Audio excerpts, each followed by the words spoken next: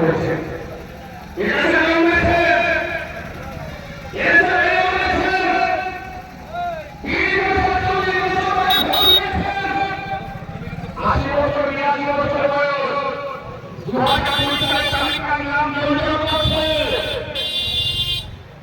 নামটা ছিল 2002 সালের তালিকায় বিপ্লব রায়, আর 2026 সাল 25 সালের তালিকায় নাম এসেছে বিপ্লব কুমার রায়।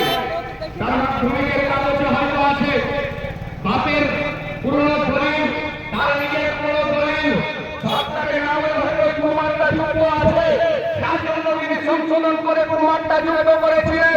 এটা তার অপরাধ মনে করেছেন। কারণ নাম ছিল ফকিরউদ্দিন আহমেদ, তার কাগজপত্রে মোহাম্মদ। আপনাদের জন্য এই নির্বাচন কমিশনের আর এখানকার যারা আধিকারিক আছে, আমরা বলছি বাপ বাপ করে আপনার নাম তুলবে ভোটার তালিকায়, লড়াইটাতে থাকতে হবে। আর আমি আপনি যদি মনে করি আজকে ডেপুটেশনে আমরা আহ্বান করেছিলাম সবাই আসুন, অনেক মানুষ এখনো মনে করছেন নাকে সর্ষের তেলকে ঘুমিয়ে পড়লেই হবে, নাম উঠবে।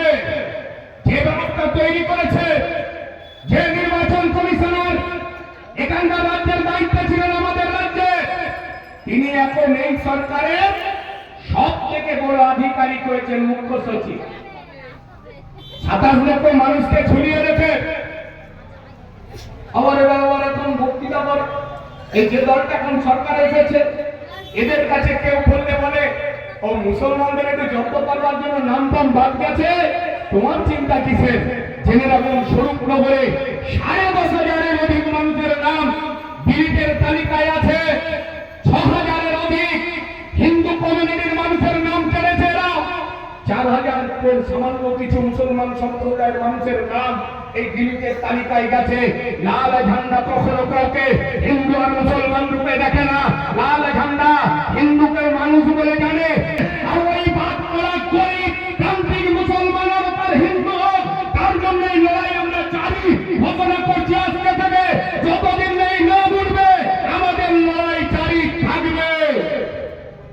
আমাদের পার্টি বলে ভারতবর্ষের সবথেকে বড় মানের যিনি উকিল সাহেব বিকাশ রঞ্জন ভট্টাচার্য হাকিম পেয়েছিলেন।